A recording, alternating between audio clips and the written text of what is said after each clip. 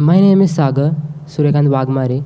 My question to you is that the book sent by the God for that period, but where it is written that Quran is the last book sent by the God.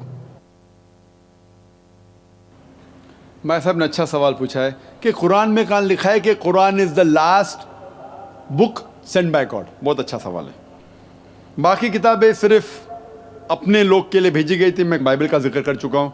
Gospel of Matthew chapter number 15 verse number 24. Gospel of Matthew chapter number 10 verse number 5 to 6. Quran में जिक्र आता है सूरह अहज़ाब में सूरा number 33 आयत number 40 में, मा कान मुहम्मदुन अबा अहदिम मिन रिजालिकुम वलाकिन रसूलुल्लाह व खातिमुन नबीन व कान अल्लाहु बिकुल्लि शैइन अलीमा. मोहम्मद सल्लल्लाहु अलैहि वसल्लम आप मर्दों में से किसके पिता नहीं हैं, लेकिन वो अल्लाह के रसूल है और खातिमुन नबीन है, आखिरी नबी है, और अल्लाह सबसे बेहतर जानने वाला है. किताब नाजिल करने के लिए ज़रूरत है एक रसूल की. तो जब रसूल ही नहीं आएगा तो किताब कैसे आएंगी. तो जब मोहम्मद सल्लल्लाहु अलैहि वसल्लम लिखा है कुरान में कि वो आखिरी नबी है, आखिरी रसूल है, उसके बाद किताब तो नाजिल हो ही नहीं. इट्स अंडरस्टूड, बोलने की ज़रूरत नहीं.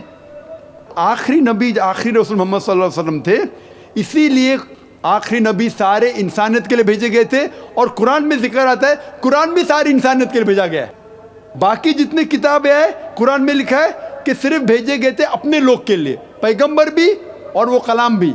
लेकिन कुरान मजीद जैसे कि मोहम्मद सल्लल्लाहु अलैहि वसल्लम सारी इंसानियत के लिए थे, कुरान भी सारी इंसानियत के लिए. इसका जिक्र है सूरह इब्राहिम में सूरा नंबर 14 आयत नंबर 1, सूरह इब्राहिम सूरा नंबर 14 आयत नंबर 52, सूरह बकरा सूरा नंबर 2 आयत नंबर 185, सूरह ज़ुमर चैप्टर नंबर 39 वर्स नंबर 41. और भी हवाला दे सकता हूँ मैं, लेकिन ये काफ़ी है.